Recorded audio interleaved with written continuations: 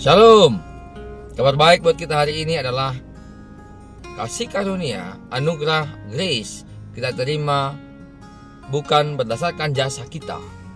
Jadi Galatia 5 ayat 4 berkata begini, kamu lepas dari Kristus jikalau kamu mengharapkan kebenaran oleh hukum Taurat, kamu hidup di luar kasih karunia. Lihat, kebenaran ada dua, dari Kristus atau hukum Taurat.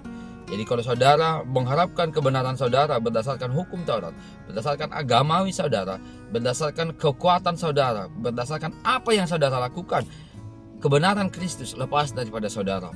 Tapi kalau saudara mengharapkan kebenaran Kristus dan percaya kebenaran saudara, Kristuslah kebenaranmu, Kristuslah kekudusanmu, Kristuslah yang menyelesaikan segala hukum Taurat itu buat saudara, maka dikatakan Anda hidup di dalam kasih karunia. Tapi kalau saudara melakukan itu semua dengan mengharapkan segala yang baik dari Tuhan, ketika saudara melakukan kebaikan-kebaikan, maka Kristus lepas dari saudara, Anda hidup di luar kasih karunia.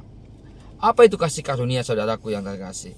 Kasih karunia adalah kebaikan Tuhan yang saudara dan saya terima berdasarkan kebaikannya, bukan kebaikan Tuhan yang saudara terima berdasarkan apa yang saudara lakukan atau kebaikan saudara.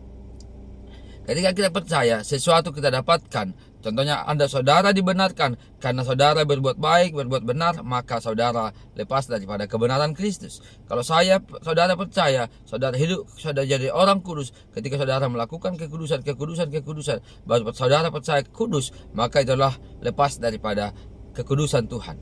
Kekudusan Tuhan sudah saudara terima berdasarkan kebaikannya sebelum Anda melakukan sesuatu. Kebenaran Kristus sudah Anda terima sebelum Anda bahkan melakukan hal yang benar. Lihat, Yesus mati di kayu salib. Dia mati buatmu, menghapus dosamu, menyembuhkan sakit penyakitmu. Dia menderita karena Anda, saudara dan saya. Dia terkutuk karena saya dan saudara. Sebelum Dia sudah bayar, bahkan sebelum kita melakukan yang baik, bahkan sebelum kita mengenal yang baik.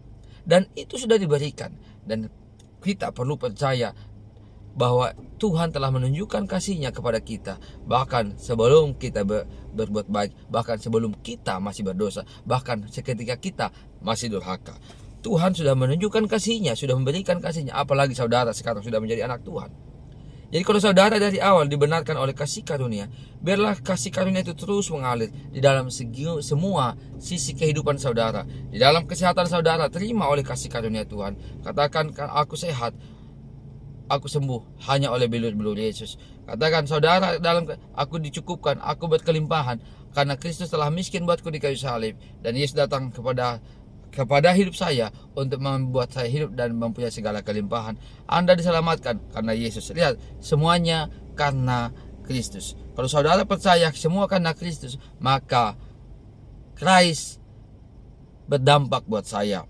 Tapi kalau saudara selalu berpusat kepada mengandalkan, saudara percaya dengan kekuatan saudara, percaya dengan kemampuan saudara, Anda hidup di luar kasih karunia.